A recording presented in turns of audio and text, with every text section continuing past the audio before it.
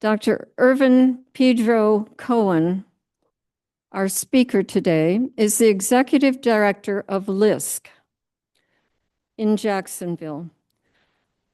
LISC is Local Initiative Support Corporation. Dr. Cohen brings over 15 years of experience in community development to LISC, with a track record of leadership in programmatic development to impact challenged communities. He leads LISC's programs, which are focused on generating economic opportunity for local communities. Most recently, Dr. Cohen served with Florida's First Coast YMCA as the Vice President of Operations and Social Responsibility. Prior to that, Dr. Cohen led the city's efforts with the New Town Success Zone, which is in the neighborhood of Edward Waters College. He is a Jacksonville native, graduating from Raines High School, and he has earned degrees from UNF, Pfeiffer University in Charlotte, North Carolina, and a doctorate in organizational leadership and nonprofit management from Nova Southeastern University in Fort Lauderdale. His research is largely centered on social well-being, education, healthcare, and economics of low socioeconomic communities, particularly the role the African American church plays within that space. Pedro and his family live in Springfield, and he enjoys reading and woodworking in his spare time. Dr. Irvin Pedro Cohen.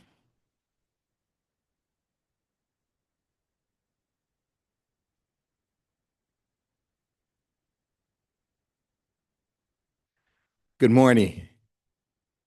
You know, anytime that I hear all of that stuff about myself, I really start to think, are they really talking about me? Particularly as a young man growing up in Jacksonville and riding past here, and I was like, wow, don't look like a church. I wonder what they do over there. And so to finally not only have an opportunity to come here and, just for, being transparent, I actually spend time here on some Mondays with Bill and his group in the meditation room. And so being here and still wondering, what do they do over there? And then seeing Tim here today. So it's really, really, really, a pleasure for me to be amongst you all. And before I get into the crux of what I want to talk about, I always kid my friends and say, when the revolution get televised, it's not going to look like you and I really think it looks. And so when I look around this room today, this is what the true revolution will look like. Because common knowledge, and when I say common knowledge, I'm talking about what the world would like for us to see, would have us Black folk on that side, brown folk on that side, our indigenous brothers and sisters on that side, and our LGBTQ plus family on that side. But the true revolution will look like this in this room, because what I have come to understand uniquely is that when, my ancestors were escaping the vestiges of slavery, all the roads one filled with people who look like them. When they made it up to the north, there were people who looked like you in this room. And somehow the system, or the matrix, as I like to call it, got us disaggregated from each other. And so they had us fighting causes that don't necessarily celebrate the advancement of humanity. And so the ability to be here today with you all, for me, is symbolic of how we truly changed this country that we call America. That being the case, as the worship leader said, my name is Irvin Pedro Cohen, and I am glad to be here with you all. And I say that because I don't take my space and place being here today for granted, because somewhere, someplace, a 50-plus-year-old African-American male just took his last breath. And so the fact that I'm here with you all today, I do not take for granted. I would also be remiss if I did not acknowledge my dear friend Peter Racine for calling me. I think this is one of his last things that he did when he was walking out of the Jaguars office was line up all of these speakers. And while I got, and if you get a call from Peter, I didn't necessarily know he was retiring. When Peter Zane shows up on your phone, if you know, like I know, and you're in the nonprofit world, you immediately answer that call. I don't care what else you're doing. I think there are two people's numbers that would show up in your phone. If you don't know Nina Waters, when her name would show up in your phone, I don't care who you were talking to. You could be talking to your kids. You could be talking to your mother. You could be talking to your wife. But you were like, hey, I got to take this call. And Peter Racine, when his number showed up in the phone, you take that call. And I say that in all honesty, because, I'm in the business of raising money for the work that I do. And so those were two of the biggest people in the world that you want to see and you want to talk to, and for them to call you. And so I think Peter was lining up all of us. He knew he was going to get an answer. And so I'm glad to be the first of many speakers in your process today. I'm extremely pleased to gather today with like-minded people at such a time when words like equity, justice, and community are often heard, but far less often lived, and when they spark such a visceral reaction in people that we know and love, particularly those people, as I said before, we know and love across this nation, across our state, across our city, across our neighborhoods, and oftentimes across the street from the place that we call home. There are voices that go unheard, but for me, that's truly not the crime. The injustice lies in our collective silence. This silence renders those very same people we stand in community with invisible. As that leads us to the most pressing question of the morning. What are we doing? And when I say we, I'm talking about you and I'm talking about myself, to amplify the voices of justice in our community. What is our call to action? And the way I like to do things like this is I'm going to tell you a few things, and then, I would consider myself derelict if I didn't give you a few solutions as I saw it. And so the first thing is, what is our call to action? Understanding justice as a living, breathing voice. Justice is not a slogan. And for my young people in here today, and when I say young, it's when you get post 50, you start calling everybody young. And if you live in my community, you immediately transition to UNC. And so, the question becomes, is justice is not a slogan, and justice is not a trending hashtag. And for those of you all who don't know what a hashtag is, simply ask your grandchildren or children in your neighborhood, and they'll tell you what a hashtag is. I know in a world where the dopamine pull of social media can be enticing, we must realize that justice is a voice. And that voice lives in people. It does not have to be loud or thunderous like an opera singer, or as bold and bodacious like a hip hop rapper, but it can be meek like a child who walks to a crumbling school where a better funded one sits just a few blocks away. It can be as trepid as an elder who is forced to decide between rent and medicine, or it can be as fearful as a single parent recently evicted because their job does not pay a living wage. Well, people that we elect, and I say we because we all go to the polls and elect these folks, have made it a crime to be unhoused.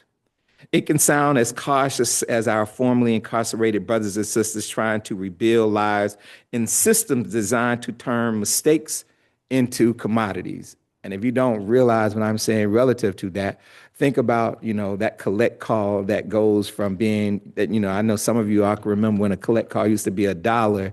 And now if you're incarcerated and you get a collect call, that could be rent for the month. It can be as unsure as the voices of our Black, brown, indigenous, immigrant, queer, disabled, and economically vulnerable communities whose truths have been silenced and mere existence has become subjective. I don't know about you, but for me, I find myself completely uncomfortable when people can be corralled by masked folks and shipped to countries or bases in the Everglades without some level of due process because they are determined to be here illegally. I say all of this because if justice is a voice, then silence is complicity. If I were the late Desmond Tutu, I would say it like this. If you are neutral in situations of injustice, you have chosen the side of the oppressor. However, since I'm not Desmond Tutu, I will simply put it to you in this way. In times like these, silence isn't safety, it's complicity. Neutrality doesn't keep the peace, it preserves the problem. However, there is power in our collective voice. See, what history has shown us is that power in the voice is in our voice. More so, there is amplification when we have a collective voice. There's evidence in efforts like this. The civil rights movement, the women's suffrage movement, the anti-apartheid movement, the movement for LGBTQ plus rights, and the ongoing fight for environmental justice. They all began when people such as the ones gathered in this room raised their voices loudly, courageously, and collectively. Dr. Martin Luther King didn't have a dream, he had a voice. Fannie Lou Hamer wasn't just sick and tired, she was unafraid to say so. The folks at Stonewall or Harvey Milk didn't just strategize in the shadows, they built conditions that shaped the light.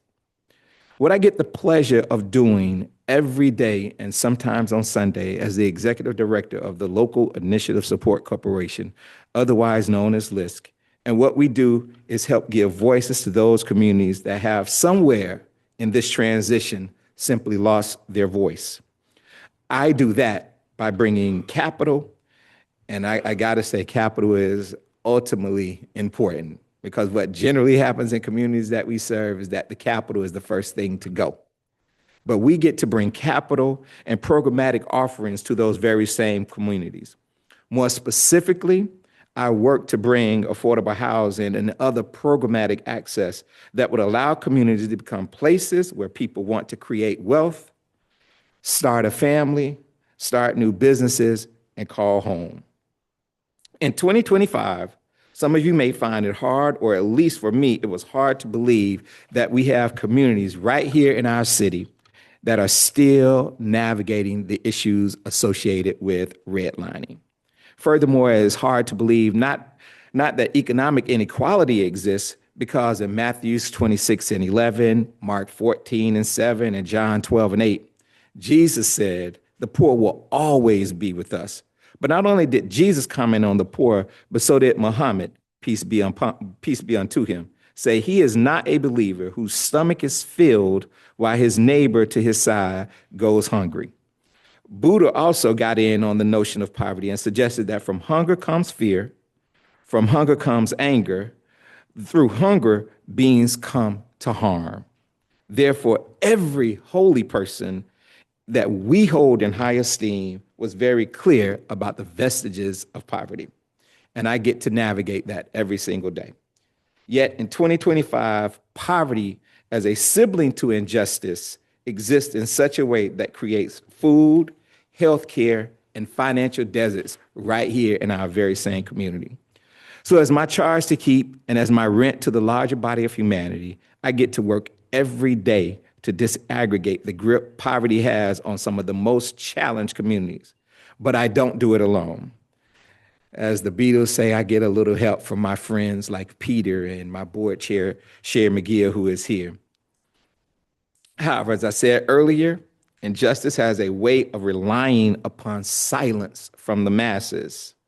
Therefore, I came up with a few things as I wrap this up on what we all can collectively do. Not later, not someday, but starting the moment we walk out of this room. Number one, listen with intention. You cannot amplify what you do not hear. Furthermore, when people know that they are heard, they begin to believe they simply matter. You are there not to respond, not to fix, but just simply to hear.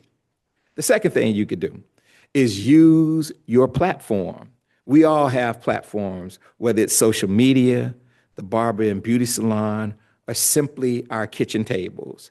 Ask yourself every day, who is not in the room? What story is being left out? And then speak that name, tell that story, and invite that voice into the room. It's amazing to me how many policies, philanthropic support get levied without the voice of the people simply impacted. I've always, once I came into this level of enlightenment, and this is my own, confession, and particularly growing up in a patriotic world where men made so many decisions for women. And if you know anything about my mother, none of us could make a decision for her. None of us. But in this patriotic world, men make decisions for everybody, or how we make decisions for our indigenous brothers and sisters, or our Black and brown brothers and sisters. So we have to invite those and be intentional with inviting those voices in the room. The third thing is invest in youth voices. The truth is, our young people are already speaking, but too often we dismissed their language or their voice simply because of stylistic differences. And, again, true confession, the older I got, the less I like loud music, the less I like those funny hairstyles, the less I want to know why you don't have on any clothes. But those, I was once young, and I remember coming home, when hip hop first came into the world, and my vocabulary completely changed on my dad. And he's like, well, what is he saying? What is he saying? And I grew my flat top really, really high. And then my flat top went to braids. And so I get it. And so, but the older I get, I'm still working with myself and giving myself some grace on understanding young people. The fourth thing is disrupt injustice where you work and live. Justice is not about simple marches and megaphones. Sometimes it's about the uncomfortable conversations that we have to have at work, at home, or in our churches and other places of worship. It's about saying no to policies that favor profit over people, or policies that lose sight of the humanity over people. Again, I am so uncomfortable with people being corralled in places like Alligator Alley, like that's to be celebrated, or being put in cages under my name as good policy. I'm completely uncomfortable with people who are unhoused being put into jails. I'm completely uncomfortable with that. And me saying it to you all is putting it into the universe, and being on record is saying I'm uncomfortable with that. We also have to get to a point about showing up when it's inconvenient and when it costs something for us to do that. I say to you, justice is not safe. Justice is not silent. Justice shows up in uncomfortable places. The last thing is that we have to learn to build coalitions across metaphorical lines of difference. Your voice gets louder when it harmonizes with others. If you're Black, we must stand up for the undocumented. If you're straight, we must defend our trans brothers and sisters. If you're a Christian, you must protect the right of others, including Muslims or atheists, and those are our neighbors, and their right to live and worship in the way that they see fit. Justice is not a solo act. It's a choir. Find your part and sing it strong. And then I'll end with this. Years from now, our grandchildren will ask, what did you do, Grandpa, when the world needed more justice? What did you do, Grandma, when silence was no longer an option? What did you do, Mom, Dad, when the systems of old were broken? And I hope that you'll be able to say, I listened, I spoke up, I stood up, but most of all, I showed up. Namaskar, and thank you for having me.